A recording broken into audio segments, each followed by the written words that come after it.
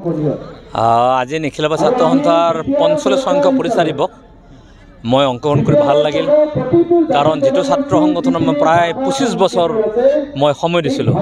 গতিকে সেই ছাত্ৰ সন্থাটোৰ আজি প্ৰতিষ্ঠা দিৱস মোৰ ভাল লাগিল ওদালগুৰি জিলাত। আৰু নিখিলবা ছাত্ৰ সন্থা সদায় জাতিৰ কাম কাজ কৰি থাকক, সকলো জাতিৰ লগত একেলগে সমন্বয় এটা সম্পৰ্ক ৰক্ষা কৰি থাকক তেখেতসকলে। আৰু জাতিৰ যি অমংখ্য সমস্যা আছে, যি অটনমিৰ সমস্যা হওক, ৰাভা সমাজৰ বাহিৰ থকা ৰাভা মনৰ সমস্যা হওক, অসম মেঘালয়ৰ সমস্যা হওক, তেওঁলোকে এক সংগ্ৰামৰ যোগেদি সমস্যা সমাধান কৰক, বিভিন্ন জাতি জনগোষ্ঠীৰ লগত এটা সুন্দৰ সম্পৰ্ক বজাই ৰাখক। আৰু আজি ইয়াত আহি মই দেখিলোঁ সুন্দৰভাৱে ইয়াত ৰাভা বড়ো বিভিন্ন জনগোষ্ঠী এটা সুন্দৰ সম্পৰ্কৰ মাজেৰে এই অনুষ্ঠানত গঢ় লৈ উঠিছে। এই সম্পৰ্ক অটুট ৰাখক, এই সম্পৰ্ক এনেকৈ আগবঢ়াই লৈ যাওক, আৰু তেতিয়া জনজাতি শক্তিটো, জনজাতিৰ যি সম্পৰ্ক সেইটো একত্ৰিত হৈ থকাৰ লগে লগে আমি জনজাতি সমাজ, সেই ৰাভাই হওক, সেই বড়ো হওক, সেই গাৰো হওক, সেই মিচিং হওক, আমি আগবাঢ়ি যাব পাৰিম। আৰু আমাৰ অমীমাংসিত সমস্যাসমূহ সমাধান কৰাৰ কাৰণে সুবিধা হ'ব।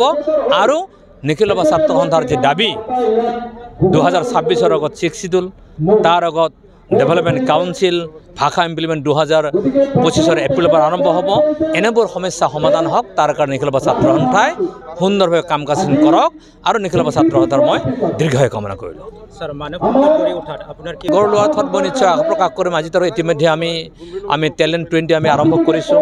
ৰাভা মানুহসকলক কেনেধৰণে আমি UPSC এপিছলৈ আমি লৈ যাব পৰা যায়, IIT এইমছত মেডিকেলৰ ইঞ্জিনিয়াৰিং ষ্টুডেণ্টসকলক কেনেকৈ আৰ্থিক সাহায্য প্ৰদান কৰিব পৰা যায়।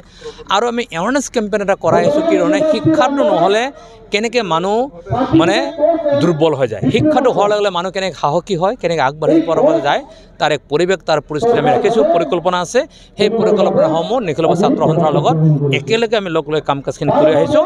আৰু সেইসমূহ 10 বছৰ আমি এটা পাইলট প্ৰজেক্ট হিচাপে কাম আৰম্ভ কৰিছোঁ। আমি ভাবোঁ 10 বছৰ পাইলট প্ৰজেক্ট হিচাপে কৰাৰ পিছত আমি গম পাম যে আমাৰ যি সিদ্ধান্ত কিমান ছাকচেছ, কিমান আনছাকচেছ।